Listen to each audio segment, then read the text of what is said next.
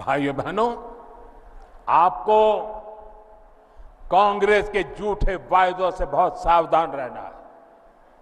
कांग्रेस क्या करती है, कैसी सरकार चलाती है, इसका उदाहरण आप पड़ोस में देख रहे हैं। पड़ोस में हिमाचल में सरकार बनाने के लिए, वोट पाने के लिए इन्होंने ऐसे ऐसे वादे करके सरकार बना दी कि पूरे राज्य को बर्बाद कर दिया। आज वहां छोटा सा राज्य, हर कोई सड़क पर है। वहां रोड, पानी, बिजली, सब काम ठप पड़े हैं। कर्मचारियों को सैलरी नहीं मिल रही है। महंगाई चरम पर है। नौजवानों की भर्तियां बंद है। मैं आपसे कह रहा हूं कि कांग्रेस भारत की सबसे बेईमान और धोखेबाज पार्टी है और कांग्रेस का शाही खानदान भारत का सबसे भ्रष्ट परिवार है। आपको इनसे सावधान रहना है। ये ऐसे लोग हैं जो सरकारी तिजोरी के दम पर चुनाव जीतने के लिए बेईमानी के हथकंडे अपनाते हैं। ये लोग जनता को मुसीबत में डालते हैं। ये अपनी नीतियों के दम पर चुनाव में नहीं जाते।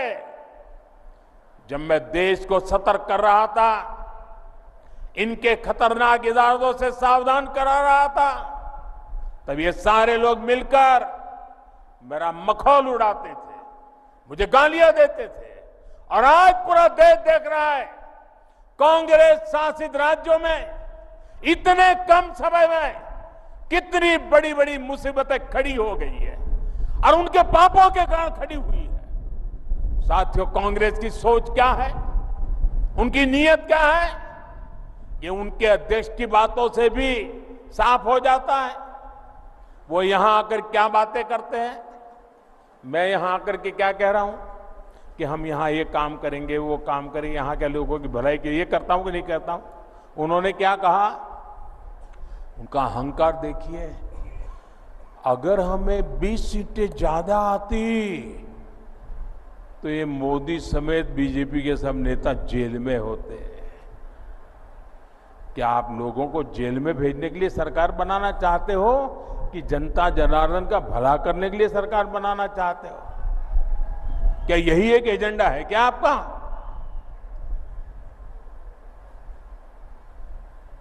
दो 2014, 2019, 2024 60 साल के बाद 3 बार देश की जनता ने हमें सेवा करने का मौका दिया, लेकिन हम सरकार लोगों को जेल में डालने के लिए नहीं चलाते हैं।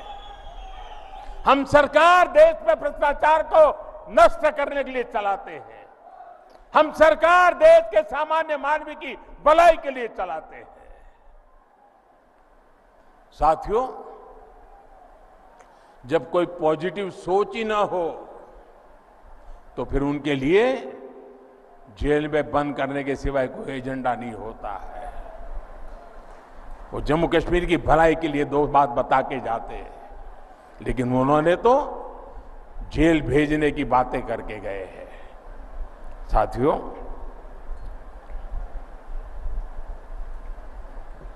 ये नफरत दिखाने से ज्यादा और कुछ सोच नहीं सकते। इनकी नफरत का शिकार जम्मू भी रहा है।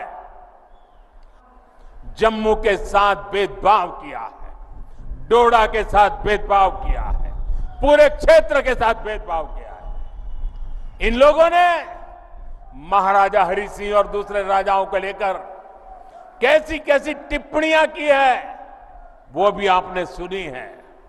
ये सिर्फ महाराजा का नहीं, सभी डोगरों का अपमान है।